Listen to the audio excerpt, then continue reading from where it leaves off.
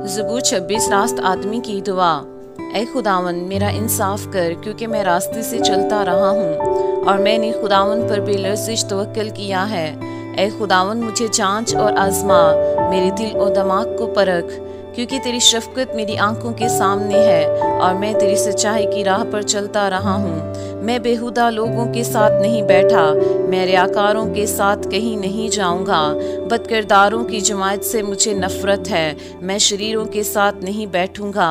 मैं बेगुनाही में अपने हाथ दूंगा और ऐ खुदावन मैं तेरे मज़बा का तवाफ़ करूंगा, ताकि शुक्रगुजारी की आवाज़ बुलंद करूं और तेरे सब अजीब कामों को बयान करूं। ऐ खुदावन मैं तेरी सुकूनत गाह और तेरे जलाल के खेमा को अजीज़ रखता हूँ।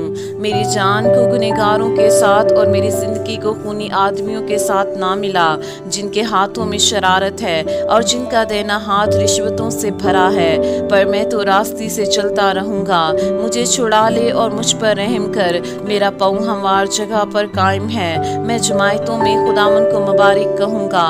आमीन।